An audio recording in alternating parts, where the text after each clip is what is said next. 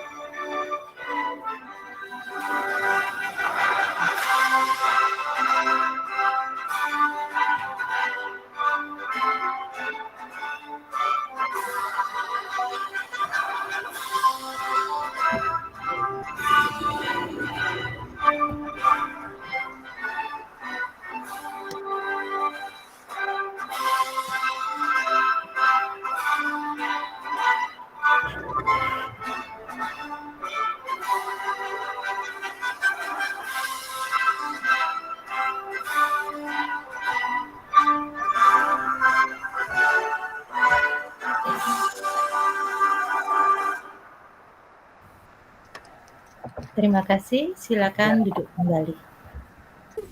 Selanjutnya yaitu sambutan yang akan disampaikan oleh kepala sekolah. Kepadanya kami persilakan.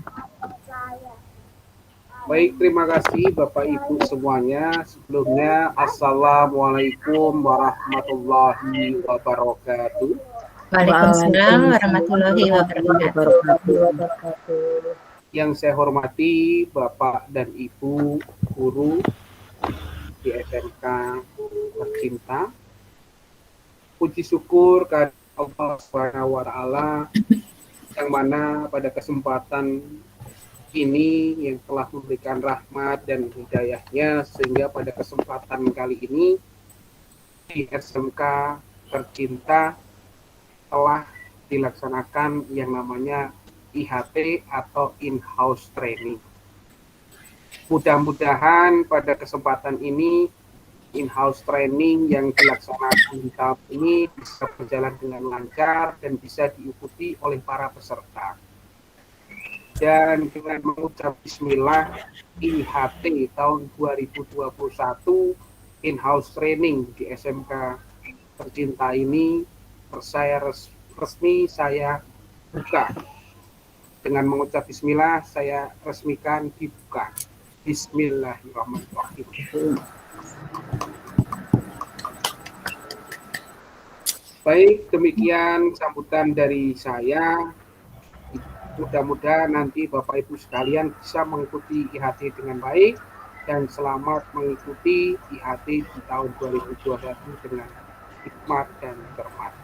Terima kasih. Wabillahi taufiq wal hidayah. Wassalamualaikum warahmatullahi wabarakatuh. Waalaikumsalam warahmatullahi wabarakatuh. Terima kasih kepada Bapak Kepala Sekolah. Selanjutnya yaitu acara inti. Sebelum acara inti dimulai, saya akan membicarakan kurikulum kita dari pemateri. Nama Bu Ratna Budi Sakti Tiningsih, asal dari SMK Negeri 2 Magelang. Kali ini Bu Ratna akan menyampaikan materi tentang modul ajar. Kepada Ibu Ratna, kami persilakan. Iya. Terima kasih atas waktunya yang diberikan kepada saya untuk memaparkan materi yang akan saya sampaikan nantinya, yaitu mengenai modul ajar. Untuk selanjutnya, saya mencoba menampilkan apa itu modul ajar.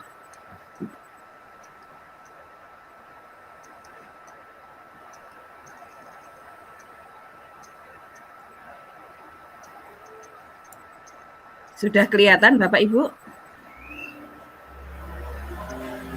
Sudah ya? Ya. Sudah. Ya. Mengenai modul ajar itu salah satu perangkat yang mana digunakan oleh selama pembelajaran untuk menyampaikan materi, mempermudah materi sehingga kita di dalam melaksanakan pembelajaran bisa tercapai apa yang menjadi tujuan pembelajaran. Nah, untuk lebih jelasnya, apa itu modul ajar? Kita lihat. Modul ajar. Di sini modul ajar itu diartikan sebagai sejumlah alat atau sarana media, metode, petunjuk, dan pedoman yang dirancang secara sistematis dan menarik. Nah, modul ajar ini merupakan implementasi dari alur tujuan pembelajaran yang dikembangkan dari capaian pembelajaran dengan profil pelajar Pancasila sebagai sasarannya. Modul ajar juga disusun sesuai dengan fase atau tahapan perkembangan peserta didik. Kita tahu bahwa fase itu ada fase A, B, C, D, E, F. Nah, untuk yang setingkat kita, yaitu setingkat SMK, itu adalah fase E dan fase F, yang mana fase E itu untuk kelas 10 dan fase F itu untuk kelas 11 nantinya. Nah, di sini disusun sesuai dengan fase atau tahap perkembangan peserta didik dengan mempertimbangkan apa yang akan dipelajari dengan tujuan pembelajaran dan berbasis perkembangan jangka panjang. Nah, untuk itu, seorang guru diminta perlu memahami konsep mengenai modul ajar agar proses pembelajaran itu lebih menarik dan lebih bermakna. Di sini akan saya perlihatkan tentang modul ajar itu meliputi apa. Nah, modul ajar itu meliputi konsep modul ajar dan komponen dari modul ajar. Nah, konsep dari modul ajar seperti yang sudah dikemukakan tadi bahwa modul ajar itu harus mempertimbangkan suatu fase, disesuaikan dengan fase dan yang lain-lain. Untuk komponen modul ajar, nah di sini nanti guru diminta untuk menyusun komponen modul ajar yang harus diterapkan itu apa saja. Komponen modul ajar itu meliputi satu, informasi umum. Ya, meliputi beberapa hal nanti kita lihat ini dulu. Kemudian komponen yang kedua yaitu komponen inti. Dan komponen yang ketiga adalah lampiran. Seperti ini alur pemikiran kita. Kemudian kita lanjut ke konsep modul ajar tadi. Ya, tadi kan memiliki konsep. Nah, konsep modul ajar itu apa? Oh, berpedoman ya dengan rancangan secara sistematis dan menarik. Yang menarik itu seperti apa? Yang sistematis seperti apa? Mudah dipahami. Begitu. Kemudian yang kedua merupakan implementasi. Jadi pedoman ini harus menggambarkan tentang implementasi tentang alur tujuan pembelajaran. Nah, untuk dapat mengimplementasikan alur tujuan pembelajaran, maka yang perlu dikaji, yang perlu dipahami oleh guru itu adalah modul yang menarik dan bermakna. Maka guru harus betul-betul menguasai adanya modul ajar sebagai proses pembelajaran. Kemudian juga tentang modul ajar itu disusun sesuai dengan fase-fase tingkatan-tingkatan perkembangan peserta didik. Nah, selain modul ajar itu meliputi konsep, modul ajar juga meliputi komponen yang namanya komponen modul ajar. Di sini komponen modul ajar meliputi 1. Informasi umum. Informasi umum antara lain terdiri dari identitas modul. Kemudian komponen awal seperti apa nanti? Profil pelajar Pancasila, sarana dan prasarana, target peserta didik dan model pembelajaran. Nah, di samping informasi umum, di dalam komponen modul ajar juga terdapat yang disebut sebagai komponen inti. Komponen inti itu terdiri dari tujuan pembelajaran, pemahaman bermakna, 3. Pertanyaan pemantik, yang keempat kegiatan pembelajaran, yang kelima asesmen, dan yang keenam pengayaan dan remedial. Nah, komponen modul ajar yang ketiga yang harus ada di dalamnya yaitu lampiran, yang mana lampiran itu memuat lembar kerja peserta didik, bahan bacaan guru dan peserta didik, glosarium, daftar pustaka. Nah, ini adalah kerangka ya, kerangka pemahaman tentang modul ajar. Lalu bagaimana contohnya? Nah, di sini saya akan memberikan contoh komponen modul ajar yang bisa mengimplementasikan tentang informasi umum seperti apa, komponen inti seperti apa, dan lampiran. Maka dari itu saya berikan contoh tentang bentuk modul ajar.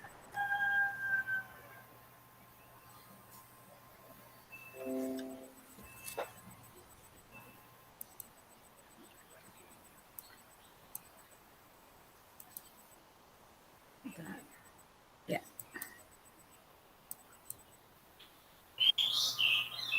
Ini contoh dari modul ajar. Ya. Seperti yang sudah saya sampaikan tadi, modul ajar itu meliputi informasi umum.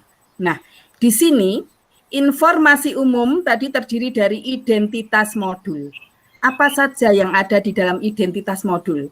Kita bisa melihat, bisa menuliskan adanya nama, siapa yang menyusun, institusinya dari mana, untuk modul ajar tahun berapa, ini seharusnya 2021-2022. Untuk jenjang sekolahnya, di sini jenjang sekolah SMK. Untuk kelas berapa? Kelas 10 di semester gasal. Dan alokasi waktunya saya contohkan hanya 1 tatap muka, yaitu 2 kali 45 menit, yaitu 90 menit. Nah, di dalam informasi umum juga terdapat kompetensi awal. Kompetensi awal itu menggali bagaimana, sejauh mana siswa itu dapat memahami Yang dikatakan sejarah sebagai ilmu itu yang seperti apa? Sejarah dikatakan sebagai peristiwa itu seperti apa? Sejarah dikatakan sebagai kisah dan seni, karena kita tahu bahwa tidak semuanya cerita itu dikatakan sebagai suatu sejarah. Nah, di sini bisa diwujudkan dalam sebuah teks yang memberikan informasi secara umum dan detail tentang suatu objek dan fakta berdasarkan hasil pengamatannya secara langsung. Itu awal, kompetensi awalnya semacam itu.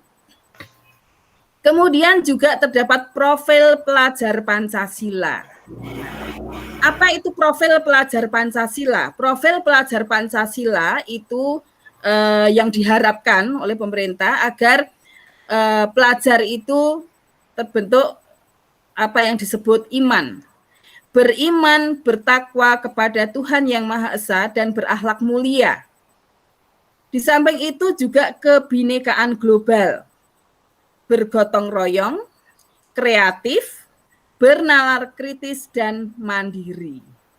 Nah, di dalam kompetensi umum juga ada sarana dan prasarana biasanya yang digunakan oleh siswa, berupa buku paket, berupa laptop, berupa HP, lembar kerja, PowerPoint, dan lain sebagainya. Ya. Kemudian apa targetnya? Target dari peserta didik. Jadi kita akan mengetahui untuk yang tertinggal, maka kita akan berikan suatu remediasi. Untuk yang sudah mencapai tertinggi, kita beri suatu pengayaan. Nah, modelnya pembelajaran itu kemarin disampaikan bahwa modelnya itu model daring.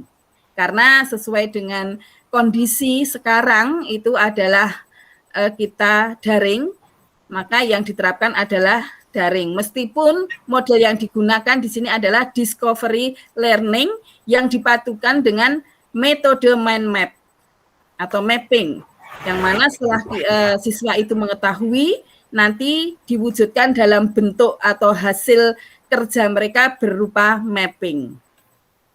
Kemudian yang kedua adalah komponen inti. Nah, di dalam komponen inti itu memuat tentang tujuan pembelajaran. Apa tujuan pembelajaran? Tujuan pembelajaran itu Bapak Ibu guru bisa menyesuaikan apa yang akan disampaikan pada anak-anak. Apa yang diharapkan setelah kita melakukan pembelajaran. Di sini saya mencontohkan yaitu memahami isi teks tentang sejarah sebagai ilmu, kisah dan peristiwa, dan mampu menganalisis perbandingan sejarah sebagai ilmu, kisah, seni, dan peristiwa dengan menggunakan bahasanya sendiri. Di sini saya contohkan lagi tujuannya yang kedua, menyusun ringkasan dari perbandingan sejarah sebagai ilmu, kisah, seni, dan peristiwa yang telah ditemukan sebelumnya dan mempresentasikannya di depan kelas dengan penuh percaya diri dan bersemangat. Untuk tujuan yang ketiga yang saya contohkan adalah mampu bekerja sama dengan baik dan komunikatif dengan peserta didik lainnya dalam menyimpulkan perbandingan sejarah sebagai ilmu, kisah, seni, dan peristiwa dalam kehidupan sehari-hari. Itu tujuan yang ingin dicapai. Kemudian juga terdapat tentang pemahaman bermakna. Nah, apa yang dimaksud dengan pemahaman bermakna? Maka dengan pembelajaran itu manfaat apa yang diperoleh siswa dalam mengikuti pembelajaran. Nah, di sini saya berikan contohnya bahwa teks gagasan perbandingan sejarah sebagai ilmu, kisah, seni, dan peristiwa itu disusun berdasarkan fakta atau pengamatan secara langsung. Mereka bisa, oh ini yang namanya sejarah sebagai cerita, oh seperti itu yang namanya sejarah sebagai ilmu dan lain sebagainya. Kemudian manfaat yang kedua, teks gagasan perbandingan sejarah sebagai ilmu disusun menjadi sebuah ringkasan yang lebih singkat, lebih padat, jelas, tapi mencakup semua inti dari bacaan. Itu yang dimaksud pemahaman bermakna. Ya. Di dalam komponen inti juga terdapat pertanyaan pemantik Ini untuk menggali ya seberapa jauh anak itu bisa memahami nantinya. Diharapkan seperti itu.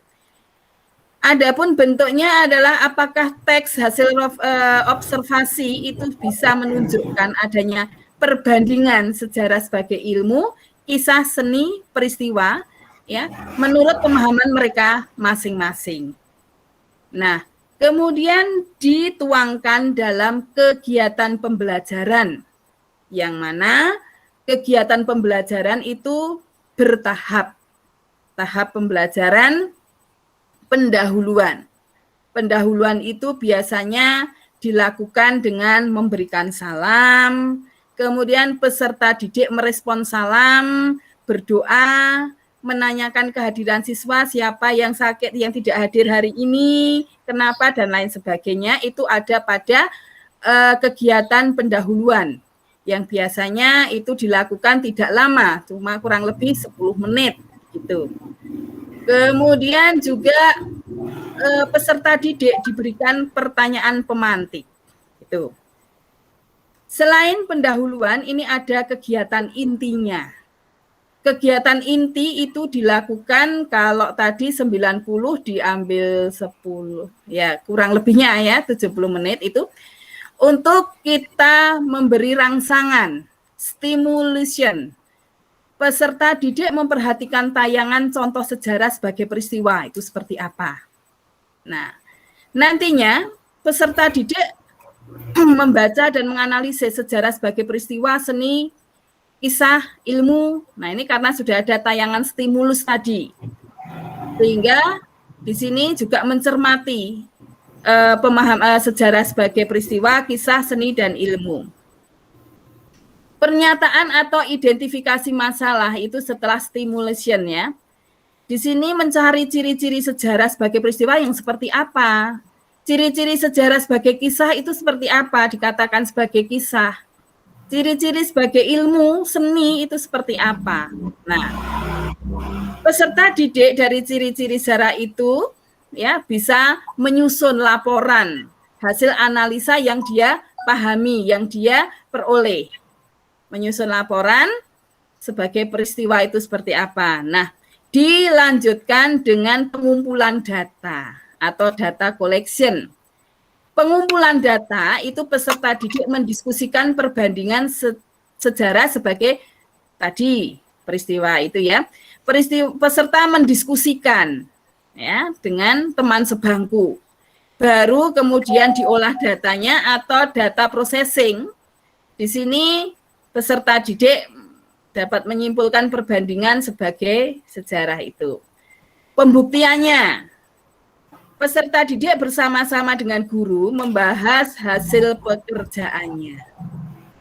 Ya, dan generalization itu peristiwa peserta didik bersama-sama menyimpulkan pemahaman sejarah sebagai peristiwa, kisah, seni, ilmu. Nah, itu. Baru diakhiri dengan penutup. Ini sepertinya tidak jauh berbeda dengan RTP yang kemarin ya.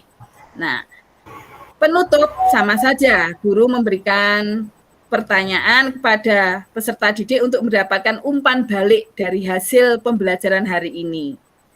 Peserta didik melakukan konfirmasi dengan guru tentang isi dan ringkasan pada teks laporan hasil observasi. Dan diakhiri dengan salam dan doa. Untuk komponen inti lainnya masih ada yaitu berupa asesmen. Asesmen itu bisa asesmen formatif. Di sini terlihat adanya penilaian sikap melalui suatu jurnal dengan modelnya seperti ini. Oke, itu bisa dilihat. Kemudian mengisikan di sini dan catatan sebagai hasil pengamatan. Kemudian juga pengayaan dan remedial bagi mereka yang kurang itu biasa diberikan suatu remedi dan untuk yang sudah memenuhi biasanya diberi suatu materi di atasnya. Nah, begitu. Untuk remedial ini isinya soal-soal lampiran. Lampiran lembar kerja peserta didik ya, itu bisa berupa tulis tertulis dengan soal-soal itu. dan bisa juga sebagai keterampilan. Nah, di sini monggo Bu Ratna, waktunya hampir habis. Oh gitu, untuk waktunya. Oh ya, terima kasih. Ya, Wah. ini saya percepat saja bahan bacaan guru dan lain sebagainya. Nanti bisa dilihat. Nah, glosarium itu adalah sesuatu yang asing ya di telinga, dan daftar pustaka itu yang kita gunakan. Itu saja, terima kasih saya sampaikan. Terima kasih Bu Ratna. Untuk sesi selanjutnya itu tanya jawab. Monggo barangkali ada pertanyaan dari Bapak atau Ibu Guru. Iya Bu, saya mau bertanya. Silakan.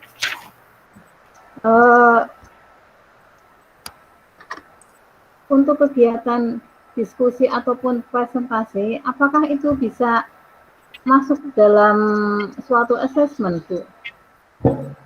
Saya ulangi lagi ya, pertanyaan dari Ibu Krisan ya. Yeah. Pertanyaan dari Ibu Krisan itu menanyakan, apakah diskusi dan presentasi bisa masuk dalam assessment? Begitu? Iya, gitu. Yeah. Baik, saya jawab bahwa yang namanya diskusi, demonstrasi itu bisa dikatakan sebagai bisa dimasukkan dalam suatu asesmen, ya. Asesmen yang mana keterampilan kegiatan itu juga ada dasarnya untuk pembuatan asesmennya. Diskusi itu salah satu wujud dari asesmen keterampilan, juga bisa untuk formatif juga bisa, karena selama pembelajaran mereka itu akan mengadakan suatu penilaian begitu. Ngaten Bu Krisan, saya kembalikan kepada Bu Amita. Barangkali ada pertanyaan lagi dari peserta lain?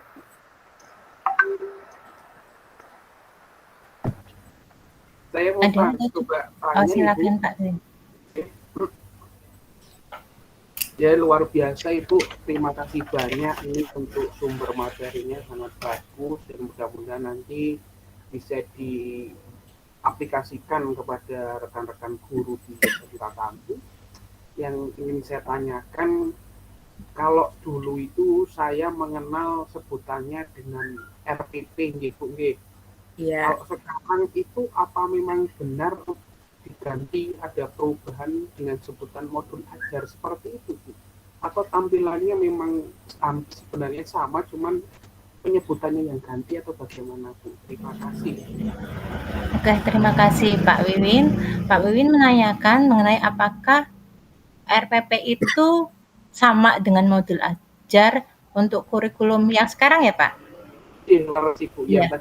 Apakah sama atau cuma istilahnya saja yang berbeda? Ya, betul Ibu. Tuh, silah gitu. Monggo. Ya, saya jawab ya. Untuk RPP memang karena isinya itu hampir sama dengan RPP. Sebetulnya RPP modul ajar, bahan modul ajar itu sama dengan RPP sebetulnya. Hanya ini dikembangkan sesuai dengan kebutuhan yang sekarang. Sehingga selama daring ini diharapkan apa yang menjadi capaian pembelajaran itu bisa tercapai. Tapi intinya itu RPP itu sama saja dengan modul ajar. Begitu. Ngaten Pak Wiwi. Oh iya, terima kasih Bu Ratna. Sama-sama jawabannya. Ya, terima kasih. Berarti dapat disimpulkan ya bahwa tujuan modul belajar itu untuk mempermudah dalam menyampaikan materi sehingga tujuannya tercapai, dan untuk modul ajar juga pakainya tingkatan, disusun berdasarkan fase ya Bu.